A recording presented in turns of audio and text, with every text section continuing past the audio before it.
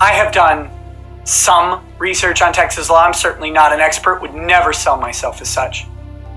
And I, an unprepared internet lawyer, can defeat every one of your problematic assertions with the pleading, citing to rules, citing to facts, or citing to case law.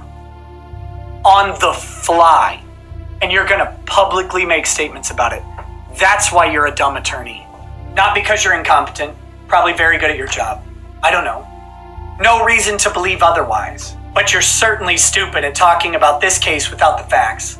Because this case is fact intensive. And boy, are people talking about this case, especially those that don't even directly understand what is happening between Vic, Monica, Ron, and Jamie. On today's video, we're going to be taking a look at how the KickVicers are further asserting their opinions as absolute fact, and not only having to go as far as to blame Vic Mignogna for essentially everything happening right now within the case itself. As once more before we begin, if you are new to this channel and want to be kept up to date with all things involving Vic Mignogna, Monica Rial, Ron Toye, and many of the news and updates involving the Vic Mignogna case, then be sure to go on ahead and smash that subscribe button and turn on all notifications by clicking on the bell icon to never miss a single upload. Be sure to go on ahead and slap a like down below by giving this video a big thumbs up if you guys do stand with Vic, as well as making sure to check out and subscribe to my main channel over at UnrealNetwork, to where there you guys will be able to find lots of anime and Dragon Ball content that you guys will not get to find on here. And follow me at Twitter at UnrealNetwork to stay connected with me at all times. And if you have anything you would like to share or tag me in involving Vic Mignogna or any of the parties involved in this case, then be sure to go on ahead and follow me at Twitter. Now, to further kick things off, Vic Mignogna will be in Rochester, New York on September 14th and 15th,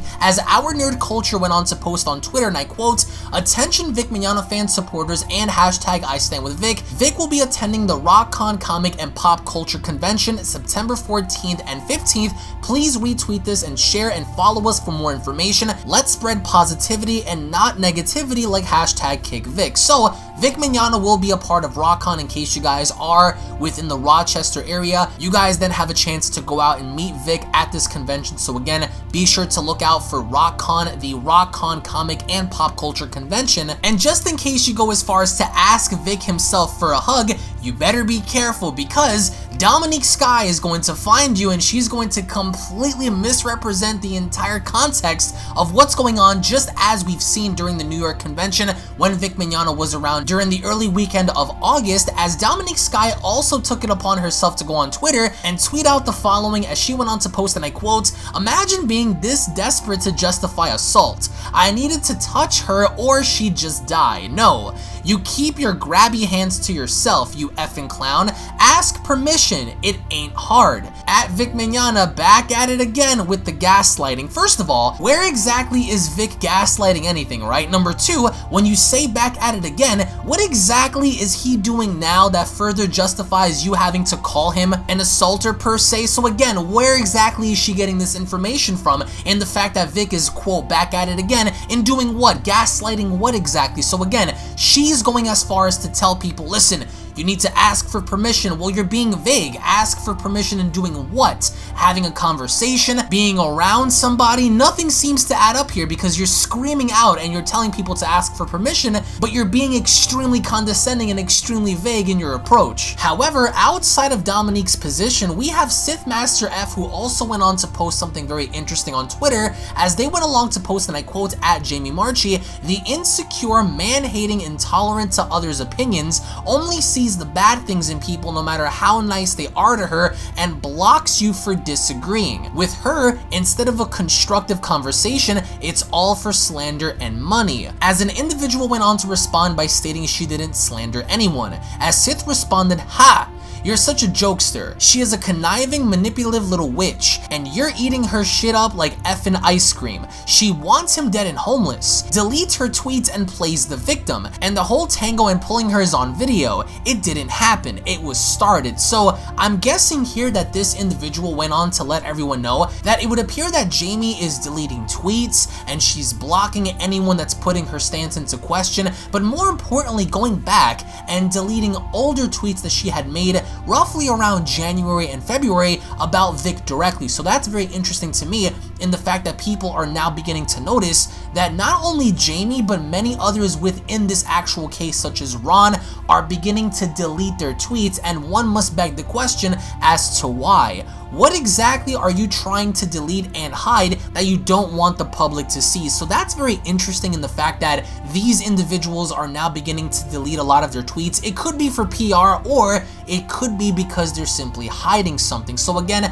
I don't think that having to come out and assert your opinion on someone is objective. For example, by calling Jamie a witch or wanting Vic dead for that matter. Could that essentially be the case? We wouldn't know, only Jamie would know if she really wants Vic homeless and dead, but we can't sit here and make that objective assertion because we simply don't know. It certainly appears to be that way, but you can't simply stoop down on someone's level in asserting something like that. However, the evidence is there, and it would appear that they are also going out of their way and deleting tweets for unknown circumstances. So that's very interesting to me. But in the end, I would like to get your thoughts in the comment section below, as I am going to close this video off with a clip from Nick Ricato's live stream. It directly involves Greg Doucette, who went out of his own way to write an article on Vic himself. So again, I want to get your feedback down below. Thank you all so much for watching. Thank you all so much for your time. If you guys do stand with Vic, give this video a big fat like down below. Hit that subscribe button, guys, if you guys are new. More importantly, if you guys aren't following me on Twitter, follow me on Twitter at UnrealNetwork. If you guys have anything to tag me in, any news articles to tag me in, or anything you guys want featured, then be sure to tag me on Twitter. Also, guys, subscribe to my main channel over at UnrealNetwork, where on there we are going to be posting some very interesting stuff outside of the Vic case. So again, thank you all so much for your time. Tune back in for more, and I'll be seeing you all down in the comment section, guys. Have a great day. Peace. These people, and you've commented on this, which is even more embarrassing, and so has Akiva Cohen, have said, well, it looks like Vic's thing has been an open secret for years. Okay, let's take the assumption, Greg and Akiva, best trial attorneys on defamation you can possibly find.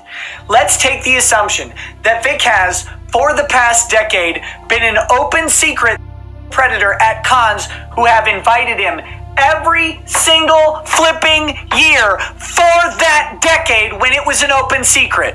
Okay? Let's just go ahead and run with that argument. Let's see how it works out for you, shall we? If Vic, think through this, you idiot! If Vic has been an open secret offender for a decade, and every single year all these big conventions still host him, they still host him even though it's an open secret, how in God's great name are you going to assert that these conventions suddenly decided to not invite him other than public defamatory statements by the defendants? How on earth are you going to make the claim that after years of inviting him, when all of this information was public, that the most recent defamatory statements that directly predate and predicate his uninvitings are not the direct result of those defamatory statements? You bald idiot! How are you going to allege this? What possible defense can you muster?